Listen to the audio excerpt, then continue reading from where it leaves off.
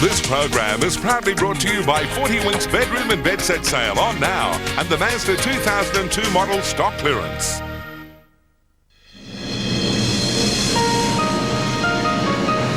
From National 9 News, this is Nightline with Leila McKinnon. New anti-war protest even as the PM hints he's digging in for the long haul.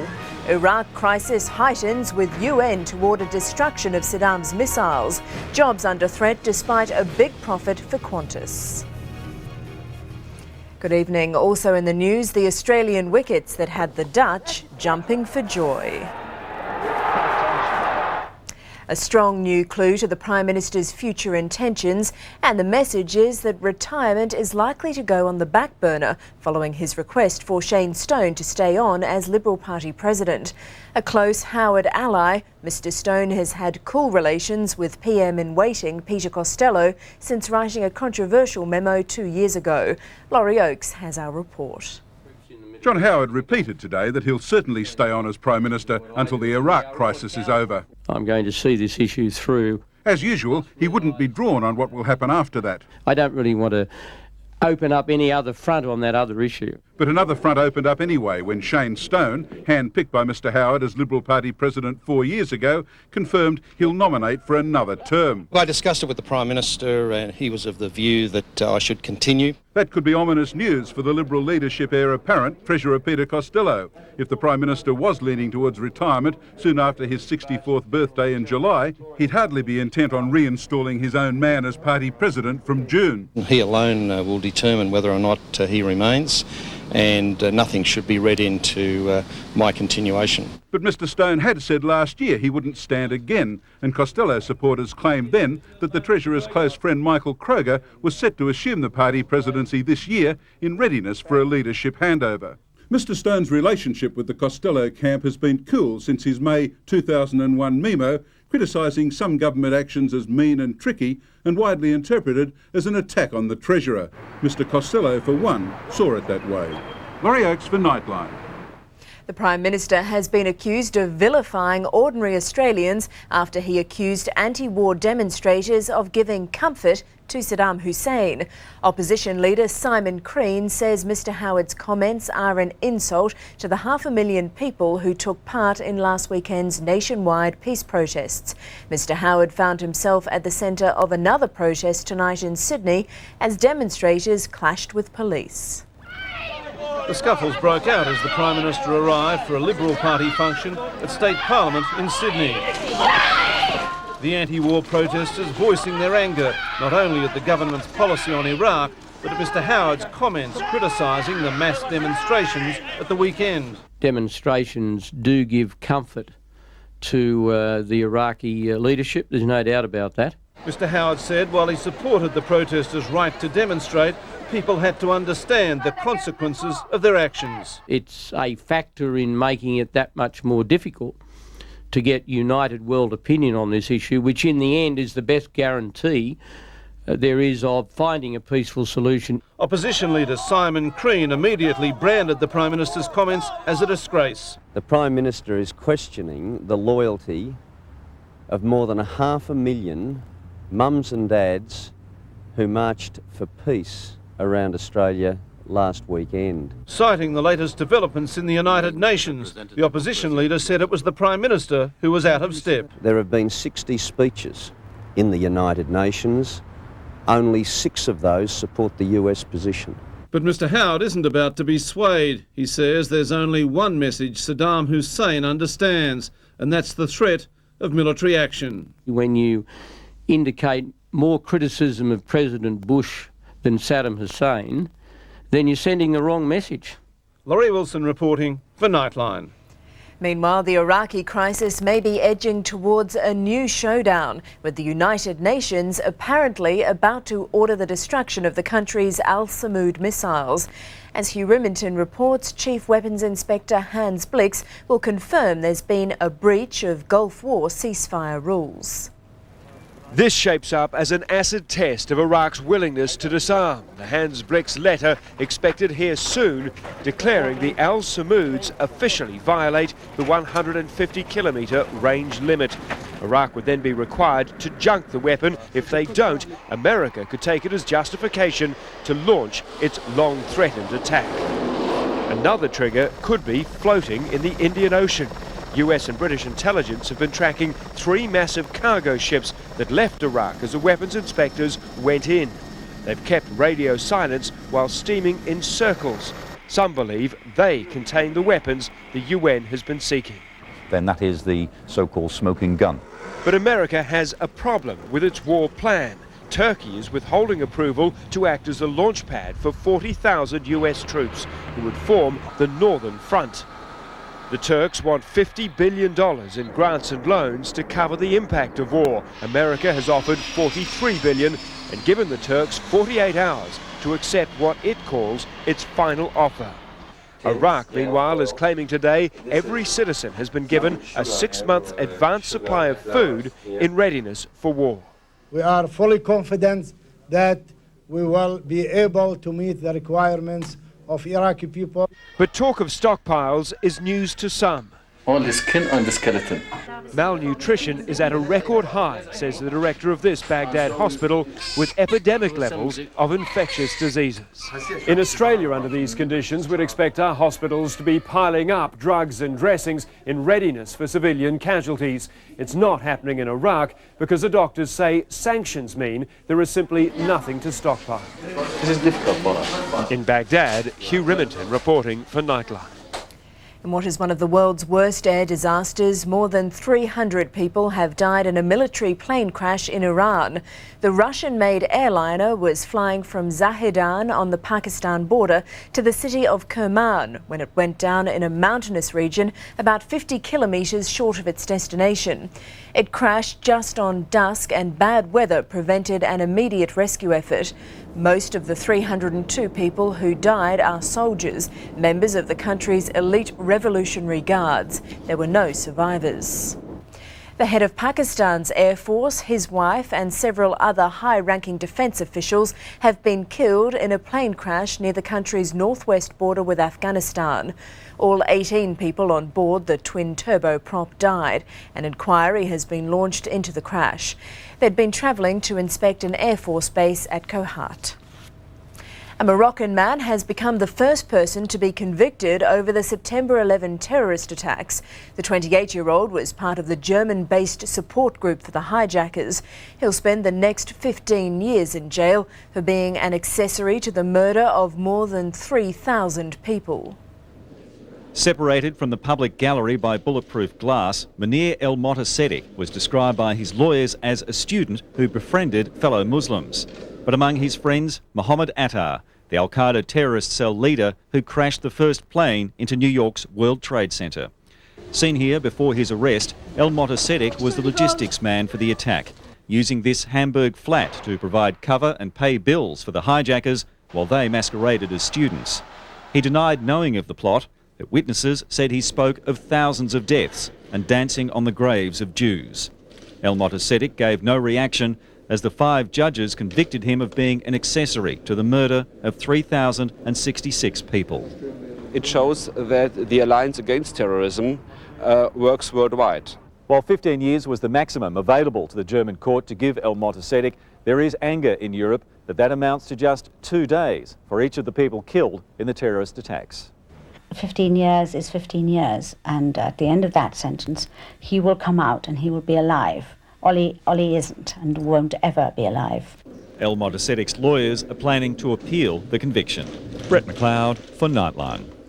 A man accused of hijacking a light plane in central Queensland yesterday has been remanded in custody. It's alleged 28-year-old Kelly Witchard forced a pilot at knife point to fly the Cessna from an airstrip near Rockhampton to Mackay.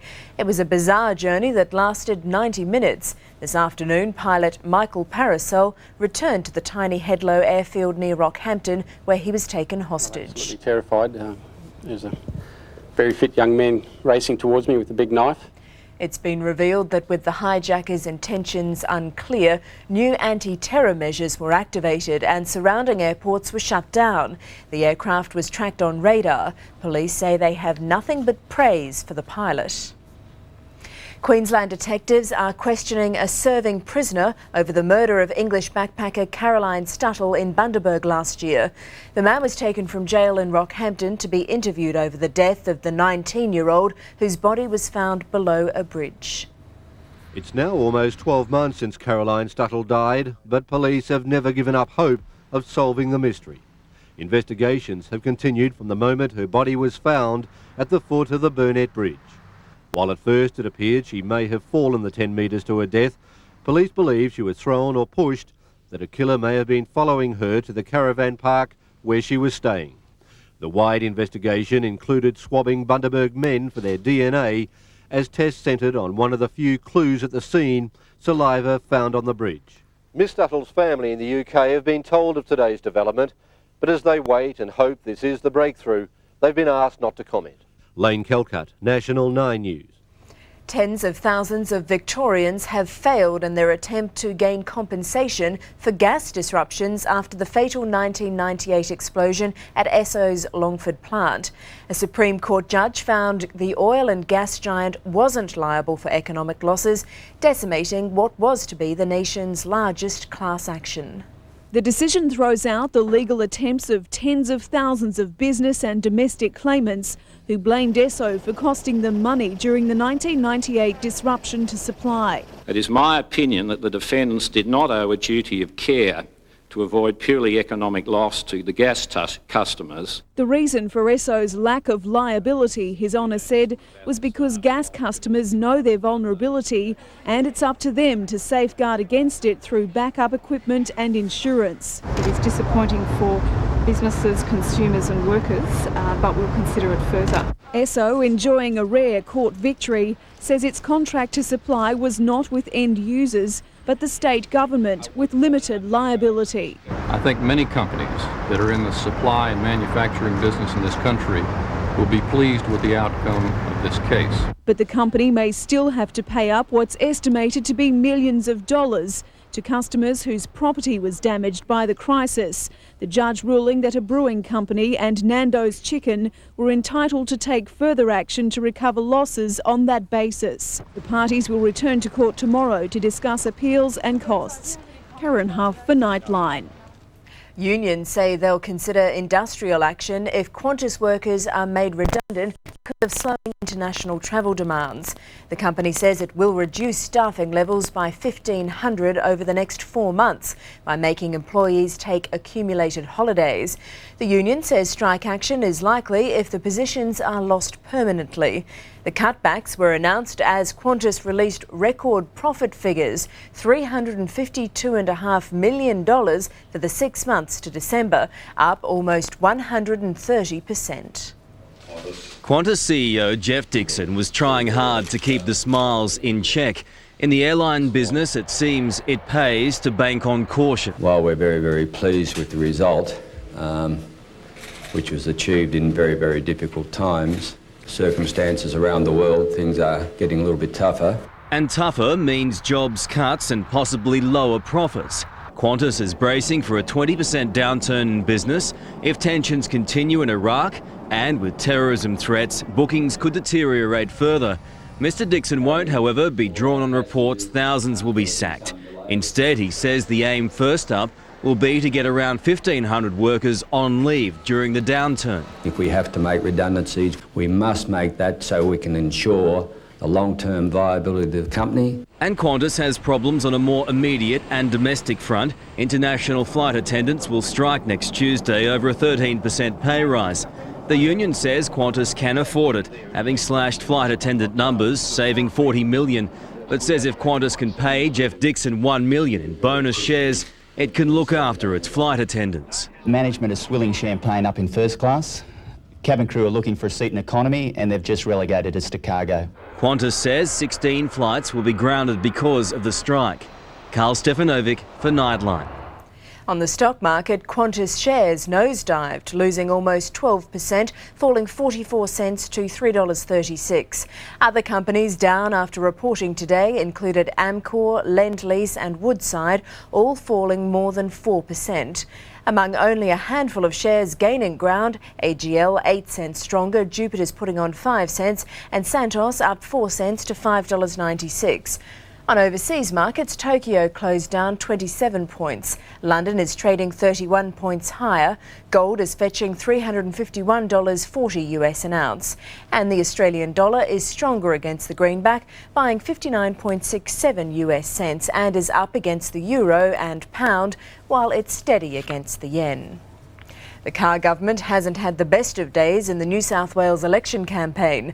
Faced with criticism about the number of demountable classrooms in the state's schools, the Education Minister insists changes are already underway. Warne Public School, it's claimed, has been waiting for the real thing for 5 decades. Parents and teachers say the school is made up entirely of demountable and temporary classrooms, students forced to study in cramped conditions without heating or air conditioning. These demountables aren't comfortable. They're very hot and very cold, depending on the season. The government disagrees, insisting only half the rooms are demountable and that the school has an average summer temperature of just 24 degrees. Each of the rooms has a heater. Each of the rooms actually has fans. But careful to hose down any spot fires before the election, the minister today ordered a review of the school's circumstances, pointing to a $50 million program underway across the state to replace demountables with permanent buildings over the next 4 years.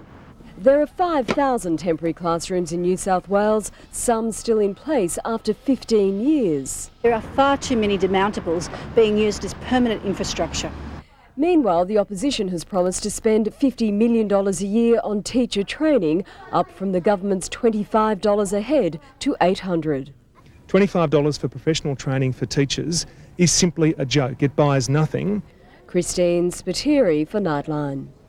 A slow crawl home tonight for thousands of commuters heading to the city's southwest after a big pile-up on the M5 freeway. 3 trucks and at least 8 cars were involved. Witnesses say the accident was caused by one of the trucks. Something wrong with its brakes, I guess. And it just didn't stop, just kept on hitting cars. It's just a domino effect. The truck just hit everything that was in its way. Emergency crews say it was astounding that only 4 people were hurt. All have minor injuries. Ahead on Nightline, anger over the $50 fine dealt to a heroin dealer. And the wayward turtle given a helping hand into safer waters.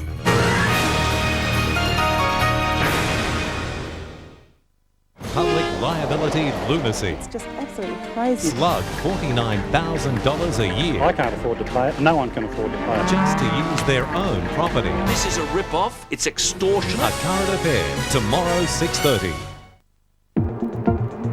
This is it. Your absolute last chance to get a 2002 Mazda. 1.8 litre 323 from just $19,990 with air. Primacy, driving away from only $27,990 with free extras. And Tribute Traveller with $3,000 worth of extras. So get into your local Mazda dealer today because stocks of 2002 Mazdas are limited.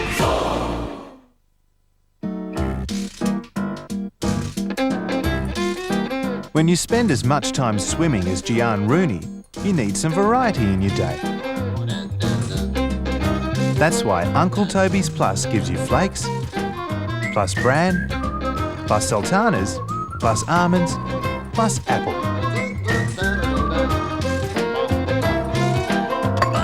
Uncle Toby's Plus, a whole lot more. Australian cricket's greatest hits, the sensational CD soundtrack to the modern game, featuring the big hits chosen by our one-day champions. Australian cricket, greatest hits and classic cuts. CDs out now. Oh, Tom. Introducing new mashies from KFC.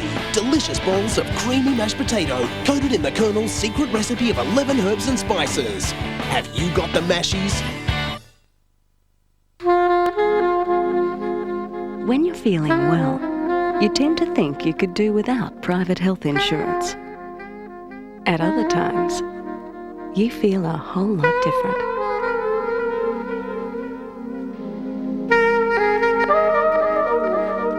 It's just one of the reasons why almost 3 million Australians feel better with Medibank Private.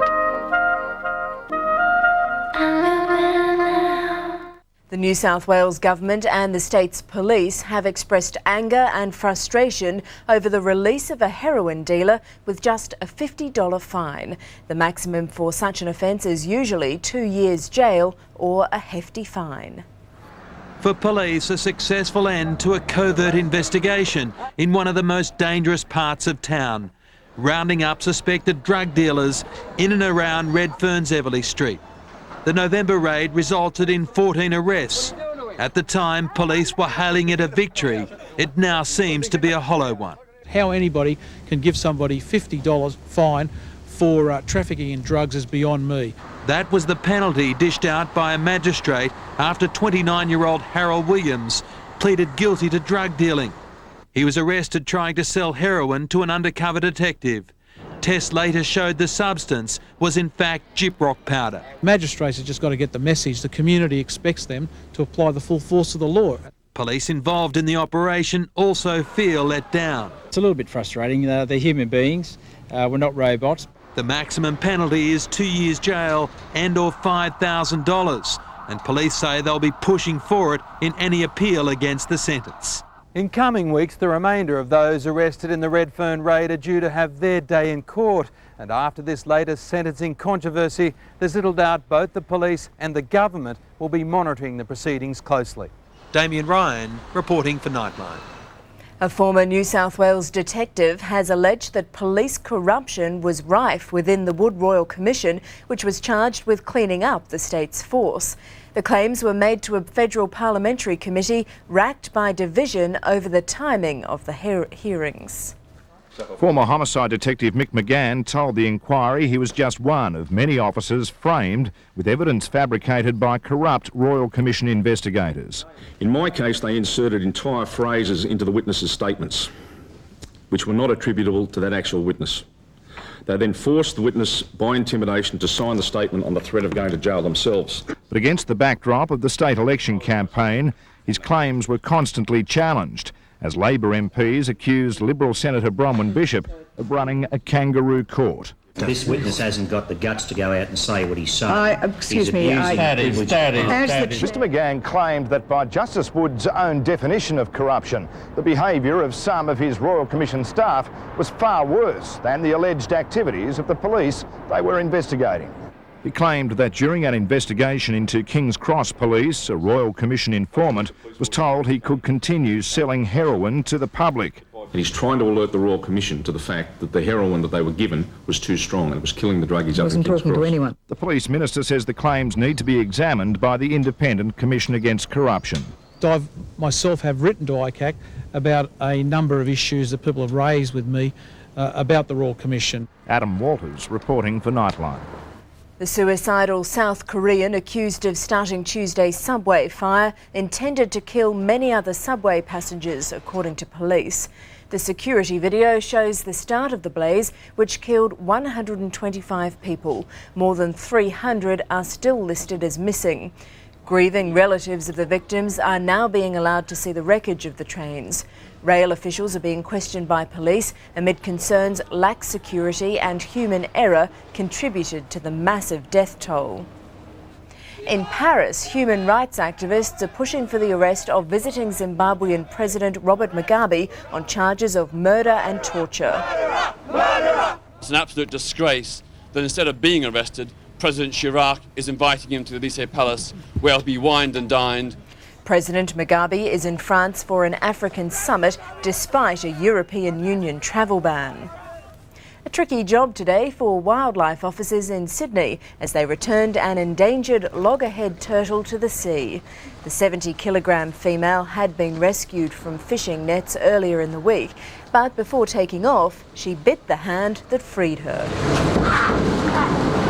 Eventually, she was handed over to the water police for the final journey to deeper waters. It certainly is. It's a pleasure to be returning it to the water. And once she saw the water, there was no stopping her. Off you go, big girl. If the turtle has any sense of direction, it will now be heading north to its normal habitat, having left her mark in Sydney. Sports news after the break with Shane Warne and his team making final preparations for tomorrow's drug hearing. And Susie Moroney's plan to splash out one last time.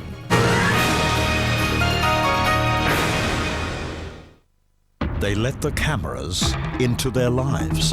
The result is riveting television. So I'm a con man, I'm a fraudster. Let's accept it. Peter Foster, you really are a dirty, rotten scoundrel. 60 Minutes, Sunday. I come back to you now, at the turn of the tide. The movie USA Today calls among the most breathtaking achievements in recent cinematic history, has been nominated for Best Picture of the Year. The Lord of the Rings, The Two Towers.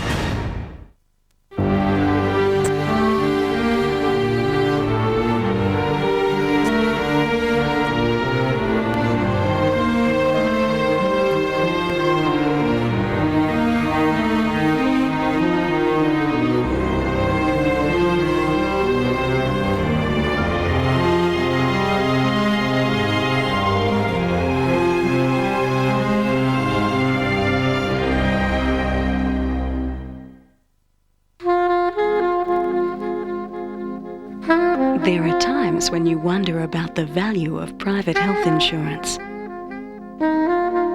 But then you realise it's not even a question.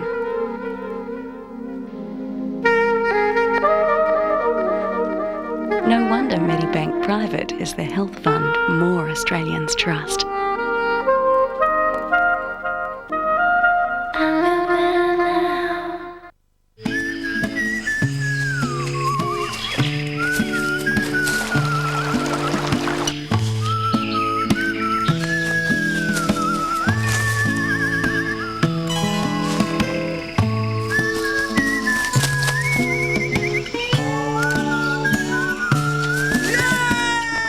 With a range of products from cards to financial services, American Express can help you to live your life the way you want.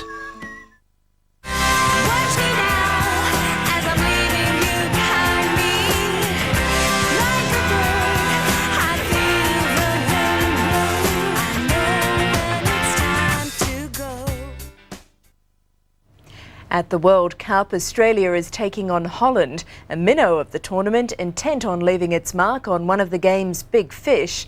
In a rain-interrupted match that's been shortened to 44 overs, Australia is 2 for 123. Hayden and Maher the men out. A police chopper was brought in to dry out the pitch. Matthew Hayden and Jimmy Maher soaking up some enthusiastic bowling and an unpredictable bounce. While every trick in the book was employed to keep the sodden pitch alive, Holland's bowlers set out to prove there were certainly no walkovers. However, the Australians were ready to pounce on anything loose or short. Oh, good shot. With the score on 52, a well-pitched ball saw Van Bunga take a great catch to dismiss Maher for 26. There's the wicket. The leader's been rewarded for a very good over. Martin was lucky to survive this caught and bowled chance to Kloppenberg and went on to hit a string of boundaries. Hayden, who was uncharacteristically playing the support role, tried to find the boundary but didn't. But he's failed. Australia 2 for 103. After another rain delay, the match was shortened to 44 overs. Darren Lehman keen to get in some batting practice after serving out his ban for a racial outburst. Raymond Dale for Nightline. A cricket encounter tomorrow between two teams wearing suits as Shane Warne's drug hearing gets underway. With the spinner's career in the balance, the case is the focus of intense interest and speculation, as Tony Jones reports. While Shane Warne was on dad duties again, ACB officials were preparing for tomorrow's hearing. And while this room isn't quite the gallows, whatever transpires within these four walls could sound the death knell of Warne's cricketing career. It's not a courtroom, but bears an uncanny resemblance. At the head of the room, we have the three-person anti-doping policy committee. On this side of the room, Shane Warne and his legal representatives and team. Facing them, on the other side of the room, counsel assisting the committee, At the other end of the room, the witnesses will progressively give their evidence. Opinions remain varied as to what penalty, if any, Warne should get for testing positive to a banned drug. But Dick Pound, the head of the world's anti-doping agency, believes he should get the full 2-year ban if found guilty. This is a big case for Australia. People all over the world will be watching you and they will be comparing what you say with what you do. In South Africa, the Australians simply want an outcome. There's still a man down on every other country competing for the World Cup. We have resigned to being without him probably for most of the qualifying tournament if, the committee came down in favour of him being exonerated or not being suspended. With the Warne case being monitored from as far as Cape Town and Canada, closer to home, Canberra is also watching and waiting. I would support the rules being upheld. I just hope that he hasn't broken them. Tony Jones for Nightline. Some athletes quietly slip into retirement, others finish off their careers with a splash. Champion long-distance swimmer Susie Moroney is opting for the latter, with the swim from the Opera House to Manly Wharf on Sunday. For 14 years, Susie Moroney has been doing this. Covering thousands of kilometres all over the world, it's opened doors and brought praise from some unlikely admirers. I'm only 28 and, I've had so many good experiences, so I don't complain about anything. But now Susie's had enough, tired of the grind of training. The tragic death of her twin brother Sean last year also crucial in her decision to retire. The memory still cuts deep. Yeah, and you kind of, look at different things and what you want to achieve and things like that. After Sunday's swim, Susie will hang up the togs, hoping to start a new career as a Qantas flight attendant. Chris Hodgkinson for Nightline. Next, the national weather details.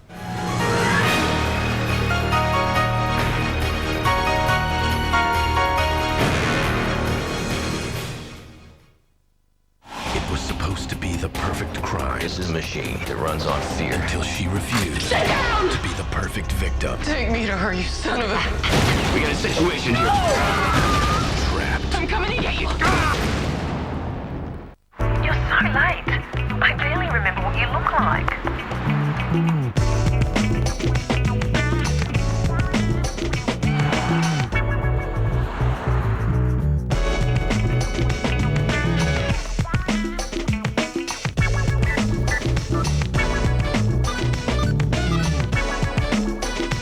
Here's something to whet your appetite. Siemens S55, the first mobile phone with a flash camera. Siemens Mobile.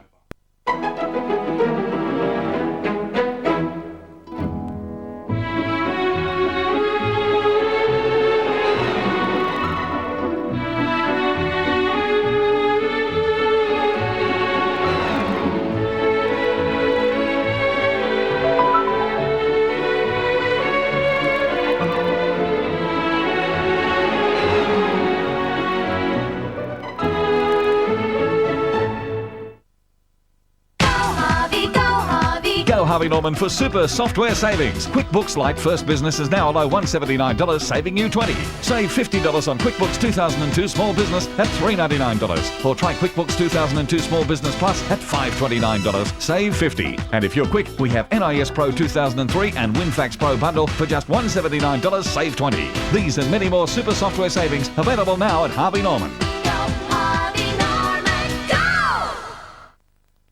It's the musical event of 2003, the Rolling Stones Licks World Tour. Now a third and final show, Rod Laver Arena, Saturday, March 1. Tickets on sale January 16. Satisfaction guaranteed.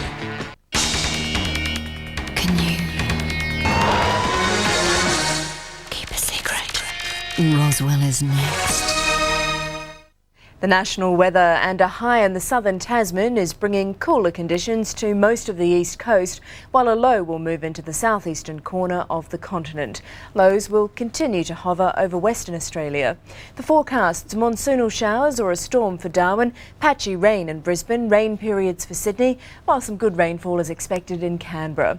Rain will ease in Melbourne, fine weather for Hobart, becoming fine in Adelaide and fine and humid for Perth. And before we go, the Rolling Stones' first Australian concert of their 40 Licks tour on Tuesday night went intimate. But tonight, the old rockers went big. Tens of thousands of fans packed into the Sydney Superdome for the latest serving.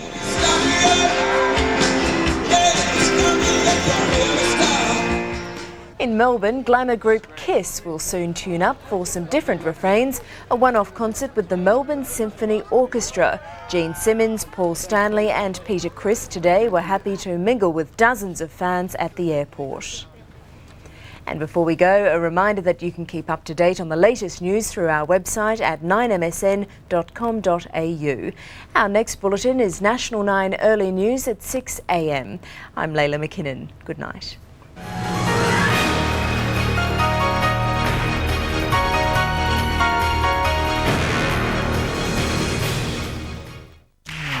This program was proudly brought to you by the Mazda 2002 model stock clearance and 40 winch bedroom and bed set sale on now.